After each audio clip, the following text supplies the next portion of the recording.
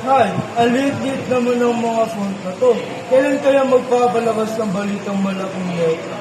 Pati yung link na sinend ni Paring Eddie ang hindi ko maklik ng tama. Good afternoon po. No, hindi po ba kayo nag-aalala sa paningin? Hindi po kaya ewan niyo muna yung balita? Hindi maaari po. Kailangan kong malaman ng balita na totoo na tungkol sa eleksyon.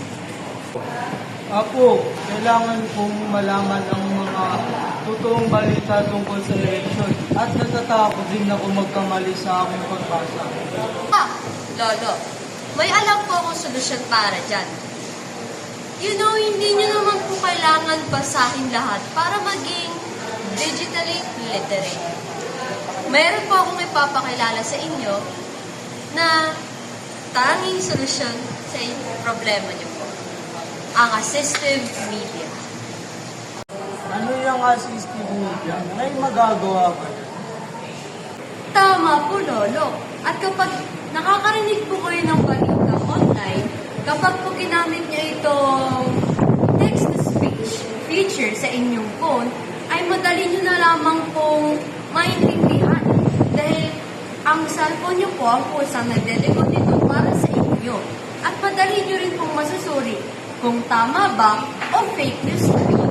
Ayan po ang tinatawag nating digital literacy.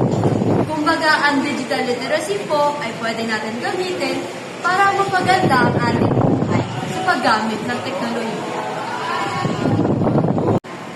Okay na po, Lolo? Ayan. Mataas na posibilidad ng pagulan ngayong linggo naasahan magpatuloy ang inaasahan ng matinding Wow, may boses. Malinaw pa sa boses mo. Hindi ako magkakamali sa pagbasa ng mga informasyon. Salamat ako. Ibig sabihin, kahit may kahinaan ako sa paningin, kaya ko pa na sumabay at maging critical sa digital.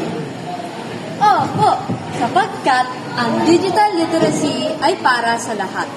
Habang ang assistive media naman ang siyang nagpapantay-pantay sa lahat.